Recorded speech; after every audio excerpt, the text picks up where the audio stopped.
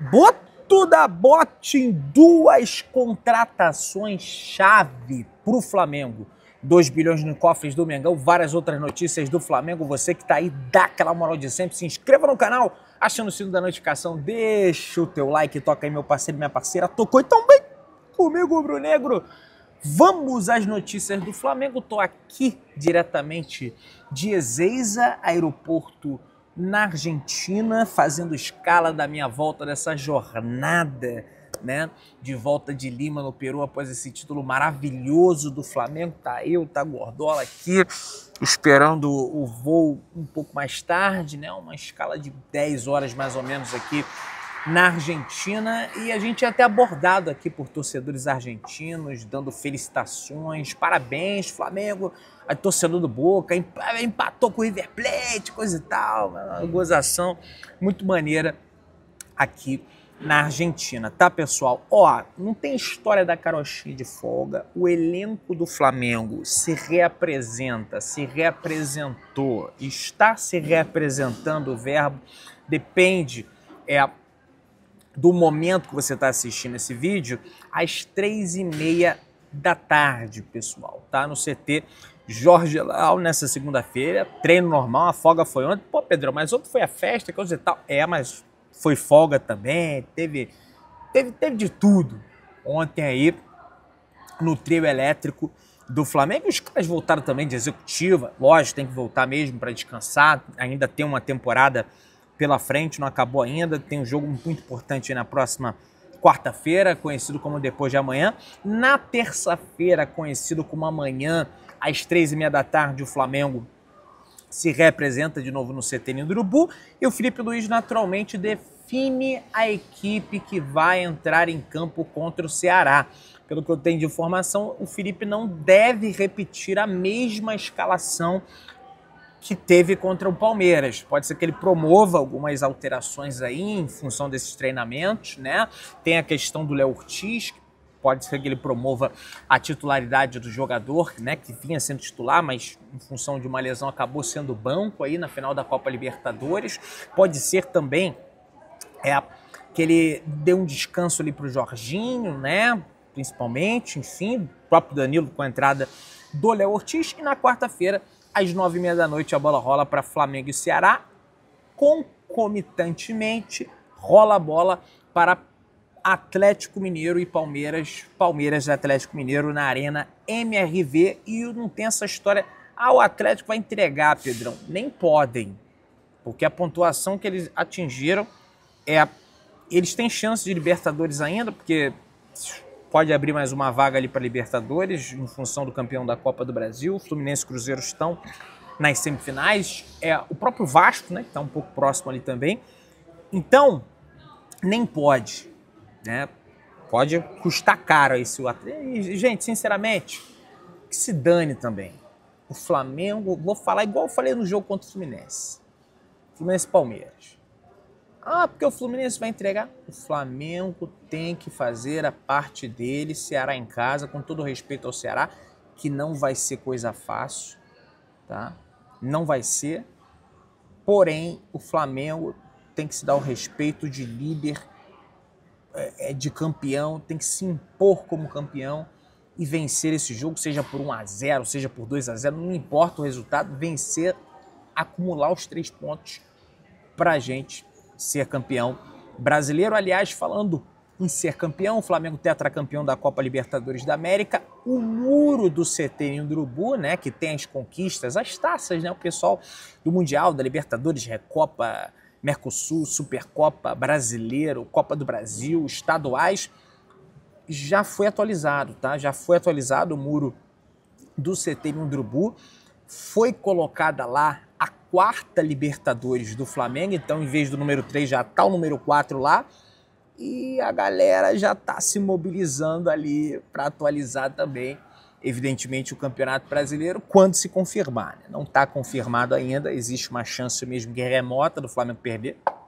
não vai perder, vai dar tudo certo aí pra gente vencer esse Campeonato Brasileiro, mas já tá atualizado o muro em relação à Copa Libertadores da América. Pessoal, lógico que muitos atletas jogaram bem diante da equipe do Palmeiras, mas um em especial foi muito elogiado no Flamengo, e merecidamente, no meu ponto de vista, que foi o Varela. O Varela, ele chega no Flamengo, demora a adaptação dele no Flamengo, ele é criticado por algumas atuações, né? Não se adapta com certos treinadores ali no Flamengo. É com o Felipe Luiz que ele ganha maior rodagem, né? Maior aproveitamento dele ali na lateral direita. Teve o episódio, né, com o Gerson, uma briga entre os dois que ele acabou levando a pior naquela oportunidade. E aí o cara vai embora, e o Flamengo vivendo um verdadeiro UFC, porque o Pedro já tinha tomado também. Depois tivemos também o episódio dele ajudando lá um amigo dele, torcedor do Peñarol, sendo que o Flamengo foi eliminado pelo Peñarol, e aí o pessoal não curtiu muito a torcida do Flamengo, mas, cara, ele foi um cara perseverante, foi um cara insistente, foi um cara resiliente, resistente, superou todas essas adversidades. Qualquer outro cara, outro jogador poderia ir, vou embora daqui. Ele não, ele continuou, ele perseverou, ele lutou. Então isso está sendo muito, por mais que ele tenha chegado na outra gestão, isso está sendo muito valorizado pelas pessoas de dentro do Flamengo, né, pela diretoria, pela atuação que ele teve, a consolidação dele como lateral direito titular do Flamengo, e com todo respeito ao Emerson Royal, mas hoje, sinceramente, não tem comparação, né? E aí, nos dois aspectos, no ofensivo e no defensivo, não tem comparação, né? Os dois atletas. Espero que o Royal consiga, né, de alguma forma, superar também, assim como o Varela superou aquele momento ruim, porque senão realmente o Flamengo vai ter que acabar se desfazendo do jogador. Pessoal, o negócio é o seguinte, informação aqui do Sport TV, Palmeiras entende que foi prejudicado pela arbitragem na final da Libertadores contra o Flamengo. Ai, ai. O Palmeiras considera que o Pulgar deveria ter sido expulso pela entrada em Bruno Fux. Além disso, o clube acredita que o lance da entrada de Rafael Veiga em Carrascal foi diferente, pois havia disputa de bola. Que disputa de bola? Ah, porque a bola estava rolando no lance do... Beleza. Mas a sorte do Carrascal, o Fux... Vamos olhar por outro prisma. De fato, foi violenta a entrada do Pulgar, a bola não estava em disputa, mas o Fux estava chutando a Arrascaeta, também não estava em disputa. Já tinha paralisado ali a arbitragem, né? Já tinha paralisado o lance. O Rafael Veiga, o Pulgar, ele não ia... Arranhou no máximo ali a canela do Fux e não sofreu nenhum risco grave de ter uma lesão ali com aquela entrada. O Carrascal, ele estava com a perna esticada no chão e a sorte que ele deu é que o Rafael Veiga, a trava da chuteira desliza no meião do Carrascal.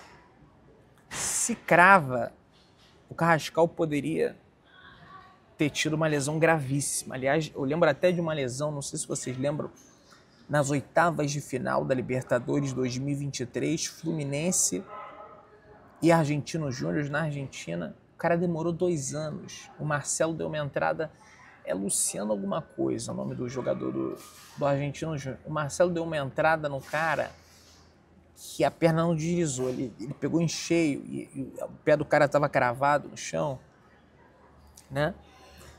E aí, meus amigos, o cara teve uma lesão terrível. Então, não é bem assim.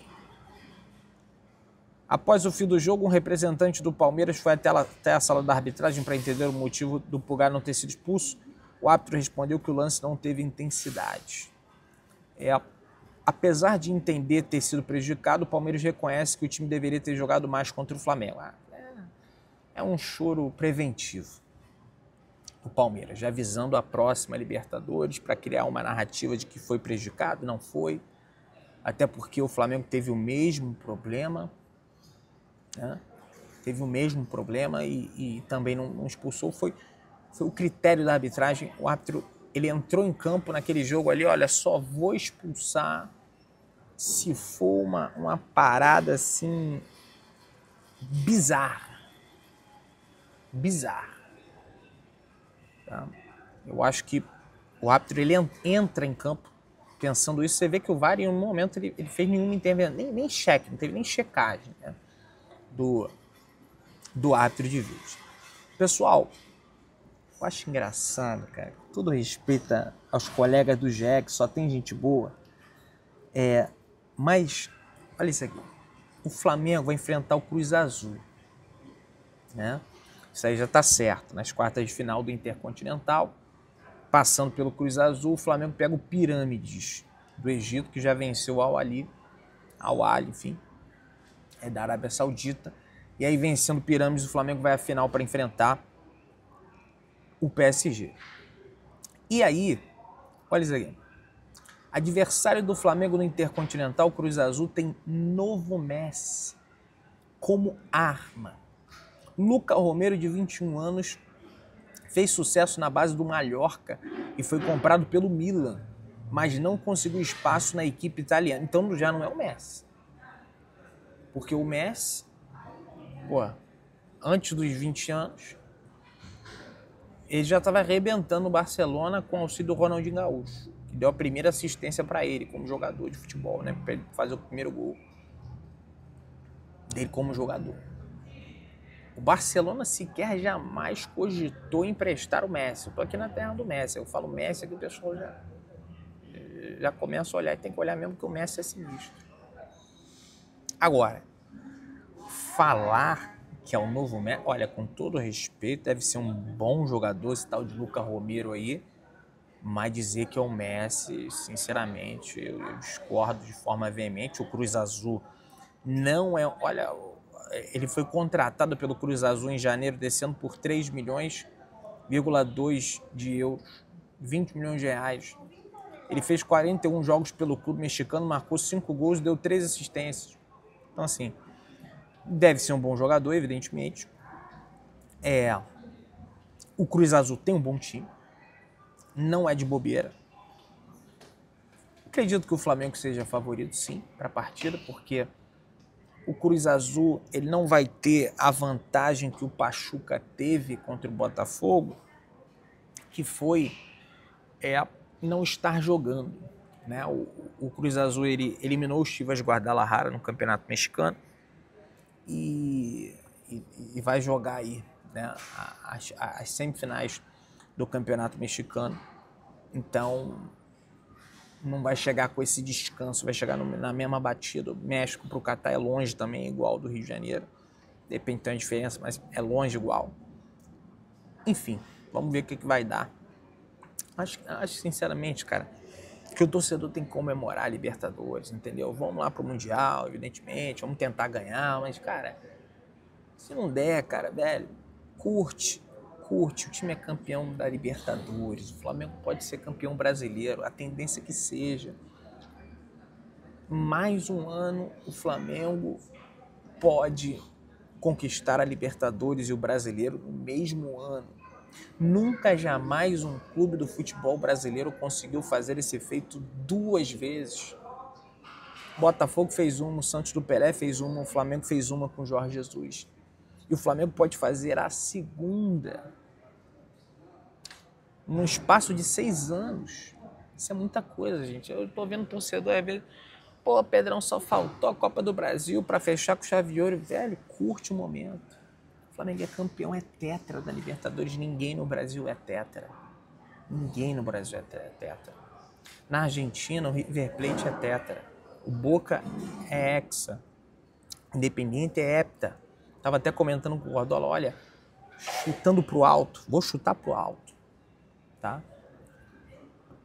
Acho que uns 20 anos a gente passa o Independiente. Jogando pro alto. Tá? Porque em 6 anos a gente conseguiu 3. Né? Evidentemente que isso não acontece toda hora. Mas mantendo essa batida, o profissionalismo, a gestão financeira, que é importante, cara.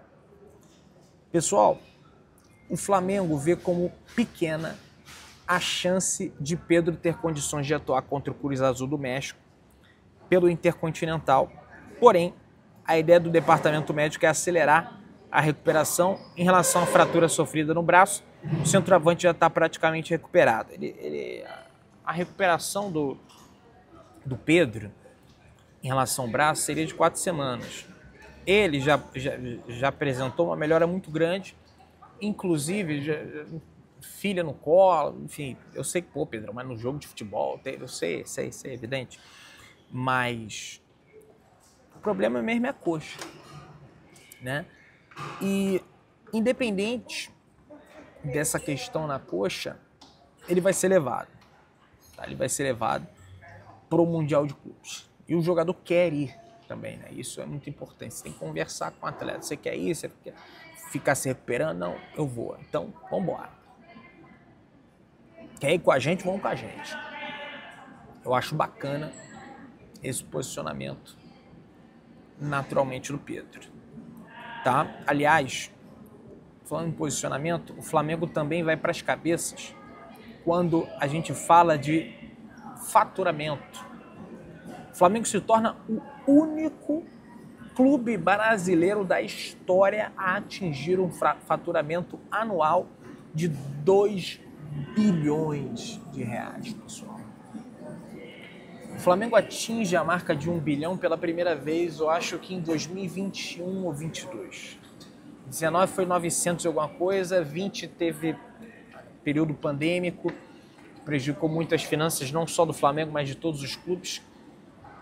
E o Flamengo, num espaço curto de 4, 5 anos, já atinge a marca de 2 bilhões de reais de faturamento, lógico, turbinado pelas premiações do clube.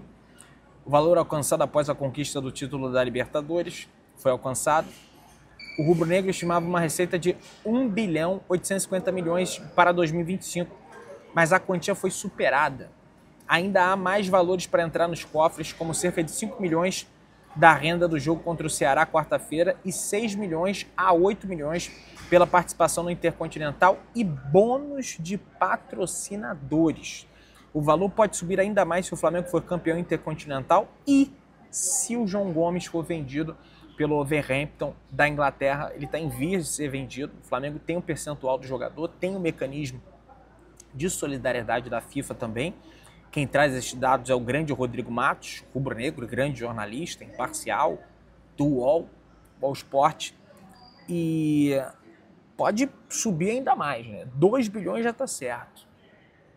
E o Boto vai ter ali um bom orçamento para ele manejar, para ele trabalhar. Aliás, a informação que chega é que o Flamengo negocia contratações pontuais, já tem conversas avançadas por um goleiro e por um zagueiro. Se fala no Nino aí, o goleiro, se fala no Cambeses do Racing, se fala no Brazão do Santos. Eu particularmente prefiro o Cambeses, sei que o Brazão é um enorme goleiro. Segundo o GE. Globo, o Flamengo está ativo no mercado em busca de reforços para o elenco. O GE apurou que a diretoria tem conversas encaminhadas com atletas para 2 posições específicas, um goleiro e um zagueiro. Após ter investido 300 milhões na última janela, o clube agora mudou o foco, mirando o mercado brasileiro em busca de contratações pontuais para qualificar o grupo. E simultaneamente a isso, a gente deve ter saídas. A informação que chega do André Hernan da ESPN é que o Cebolinha deve deixar o Flamengo em janeiro de 2026. Ambas as partes veem com bons olhos a saída. O clube entende que ainda pode conseguir um rendimento financeiro, tá, com o atacante. O contrato do jogador vai até o fim de 2026. Com isso, o mercado do início do próximo ano é a última chance do Flamengo vender o Cebolinha, que foi comprado por 94 milhões em 2022. O que você acha disso? Deixa nos comentários. Daqui a pouquinho estou partindo para o Rio de Janeiro. Se inscreva no canal, aciona o sino da notificação, deixa o teu like. Tamo juntão. Saudações rubro-negras.